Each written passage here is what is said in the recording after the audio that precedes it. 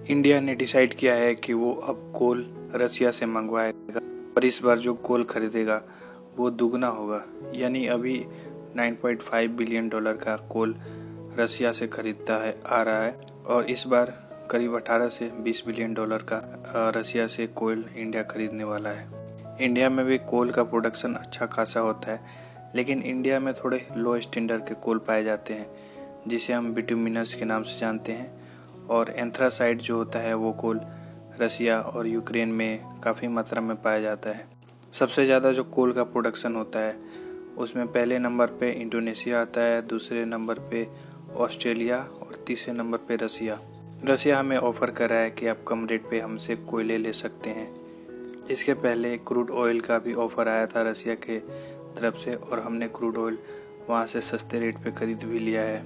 जो रसिया से कोल आता है उसे हम कोकिंग कोल के नाम से जानते हैं, जिसका प्रोडक्शन स्टील में किया जाता है और हम स्टील का काफ़ी ज़्यादा एक्सपोर्ट करते हैं अरब कंट्री में, अफ्रीका कंट्री में, यहाँ तक कि हम ऑस्ट्रेलिया में भी सप्लाई करते हैं स्टील का।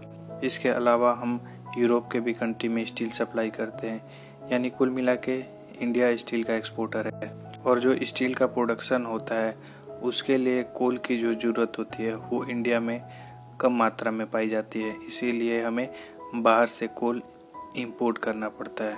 रसिया यूक्रेन स्टील के बहुत बड़े एक्सपोर्टर थे, लेकिन उन पे तो रसिया के ऊपर तो काफ़ी ज़्यादा सैंक्शन लग गया है और यूक्रेन और रसिया के बीच में जो वार चल रहा है इस कारण से रसिया यूक्रेन यूरोप के कंट्री को और बाकी अन्य कंट्री को स्टील सप्लाई नहीं कर पाएंगे। तो इसका एक सॉल्यूशन इंडिया के पास है कि इंडिया ये गैप फिल कर सकता है। जितना हमें सस्ता कोयल मिल रहा है रसिया से, हमें उतनी मात्रा में और ज़्यादा खरीदनी चाहिए ताकि हम स्टील का एक्सपोर्ट और भी बढ़ा सकें। जाहिर सी बात है ऐसा हम करेंगे तो यूरोप के कंट्री से या यूएसए से उनके जो मेंबर ऑफ पार्लियामेंट हैं उनके तरफ से तो आवाज़ उठनी लाजमी है, तो उनके तरफ से आवाज़ उठा भी है। उन्होंने ये भी बोला है कि इंडिया का जो रिस्पॉन्स है रसिया के खिलाफ वो अनसेटिस्फैक्ट्री था और रसिया को कंडेम करना चाहिए। लेकिन फ़िलहाल भारत अपने हितों के बारे में ख्याल रखे, क्योंकि भारत को अपने 138 करोड़ जनसंख्या को देखना है, तो सबसे पहले अपने हित का ख्याल रखे, बाद में जो होगा वो देख लिया जाएगा।